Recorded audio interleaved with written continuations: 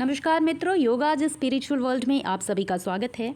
आज हम बात करेंगे जीवन रेखा या लाइफ लाइन के बारे में, जिसे भारतीय हस्तरेखा शास्त्र में पितृ रेखा या फादर्स लाइन के नाम से भी जाना जाता है।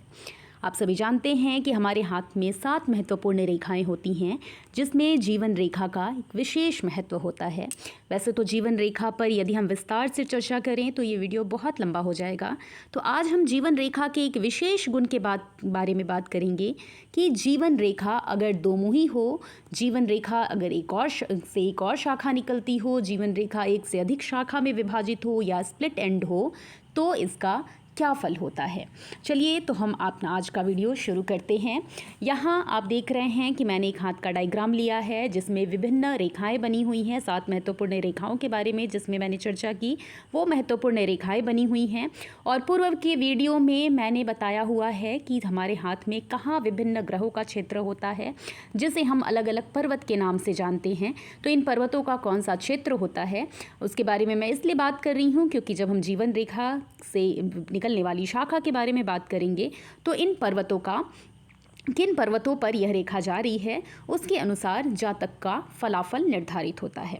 चलिए तो सबसे पहले हम बात करते हैं कि जीवन रेखा से यदि कोई रेखा अपने मिडल में, जीवन रेखा से यदि कोई रेखा अपने मिडल में, अपने बीचों बीच विभाजित होने लगती है और चंद्र पर्वत की ओर ऐसी कोई रेखा जाने लगती है, तो क्या फलाफल होता है। यदि जीवन रेखा से कोई रेखा निकल करके चंद्रमा के स्थान की ओर जाती है तो अच्छी बनावट अगर व्यक्ति के हाथ की होती है, बहुत दृढ़ हाथ होता है, मजबूत हाथ होता है, तो वैसा व्यक्ति जो होता है वो थोड़ा अधीर होता है, अस्थिर होता है, एक स्थान पर टिक करके बैठने वाला नहीं होता है, कह सकते हैं घुमक्कड़ प्रवृत्ति का होता है, यात्रा प्रिय होता है। लेकिन अगर ऐसा हाथ, ऐसा जो ये इस यहाँ से एक शाखा निकल करके किसी ऐसे व्यक्ति के हाथ में चंद्र पर्वत की ओर जा रही है, जिसके हाथ को आप छुएं तो वो मजबूत ना होकर के बहुत पिलपिला सा हाथ हो, बहुत मुलायम सा हाथ हो, और साथ ही उसमें मस्तिष्क रेखा से निकलती हुई बहुत छोटी छोटी ऐसे रेखाएं नीचे की ओर झुकती हुई हों, तो यह अच्छा योग नहीं माना जाता है। ऐसा व्यक्ति जो होता है बहुत उत्तेजित होता है, और उत्तेजित इन द सेंस कि किसी अच्छे कार्य के लिए उत्तेजित नहीं होता है, हमेशा कोई निकृष्ट कोटि के कार्य के लिए ऐसा व्यक्ति उत्तेजित होता है। यह तो हो गई चंद्र पर्वत की बात। इसी तरह अगर हम बात करते हैं, अगर किसी व्यक्ति के हाथ में जीवन रेखा से कोई शाखा निकल करके बुध पर्वत की ओर जाती है तो उसका क्या फल होता है। अगर किसी व्यक्ति के हाथ में जीवन रेखा से कोई शाखा निकल करके बुध पर्वत की ओर जाती है तो हम हाथ के अन्य गुणों को भी देखेंगे, अन्य रेखाओं को भी देखेंगे, हाथ की बनावट को भी देखेंगे, इसके अनुसार ही फलाफल निर्धारित होगा।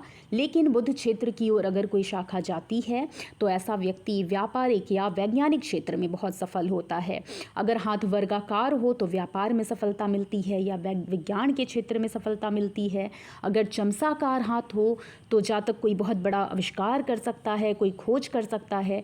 वहीं अगर कोणिक हाथ हो तो व्यक्ति सट्टा बाजार से या रिस्क वाले व्यापार से बहुत सफलता प्राप्त करता है। इसी तरह अगर जीवन रेखा से कोई शाखा निकल करके सूर्य क्षेत्र की ओर जाती है, जीवन रेखा से अगर कोई शाखा निकल करके सूर्य क्षेत्र की ओर जाती है तो ऐसा व्यक्ति भी बहुत विशिष्ट गुण होता है। हाथ के अन्य गुणों को भी अगर आप देखें तो उसके साथ जातक की विशिष्टता को आप बता सकते हैं कि जातक कितना विशिष्ट होगा।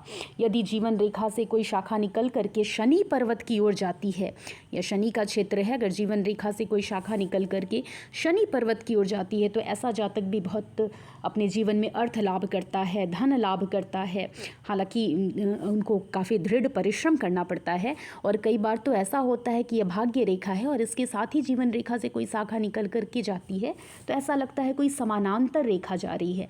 तो ये एक बहुत ही अच्छा योग होता है। ऐसे व्यक्ति अगर परिश्रम करें तो अपने जीवन में बहुत धन लाभ करेंगे। इसी तरह से जीवन रेखा से कोई अगर रेखा निकल करके गुरु पर्वत की ओर जाती है तो यह भी एक बहुत अच्छे योग का निर्माण करता है। ऐसा जातक भी जीवन में बहुत ख्याति प्राप्त करता है। वह जिस भी पद पर हो, अगर नौकरी करता हो तो, अगर व्यवसाय करता हो तो काफ़ी सफलता प्राप्त करता है। और यह सब हम कैसे डिसाइड करते हैं कि जीवन के किस पड़ाव में व्यक्ति सफलता प्राप्त करेगा।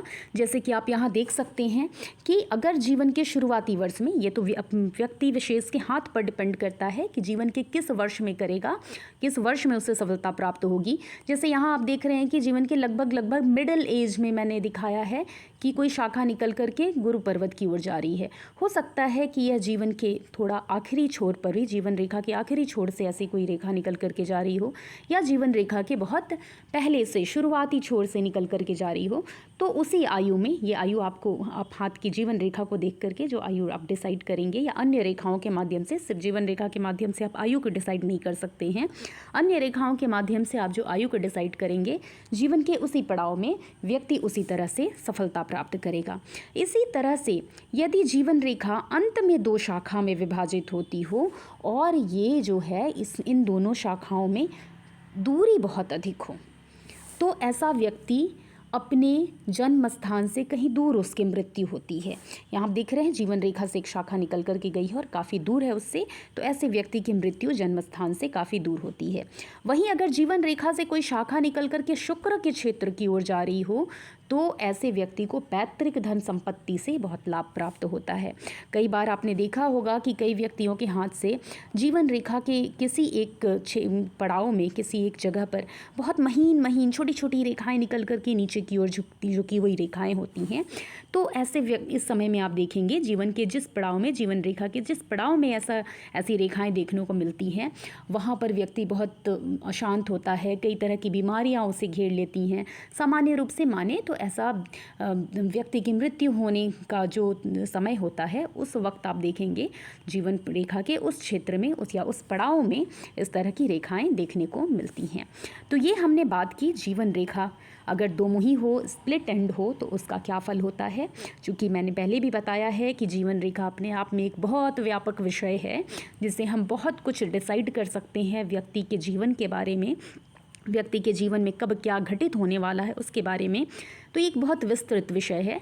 अगर हम इसके बारे में विस्तार से चर्चा करेंगे तो वीडियो बहुत लंबी हो जाएगी, लेकिन अगली वीडियो में मैं जीवन रेखा के कोई अन्य निशान होगा, या जीवन रेखा टूटी फूटी होगी, या कुछ अन्य प्रकार का योग बन रहा होगा, तो उसका क्या फलाफल होगा, उसके बारे में मैं अगली वीडियो में विस्तार से चर्चा करूँगी।